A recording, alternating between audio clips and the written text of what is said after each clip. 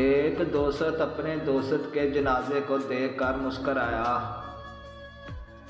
एक बुजुर्ग बोला, बेटा जवान जनाजे पर मुस्कराया नहीं करते।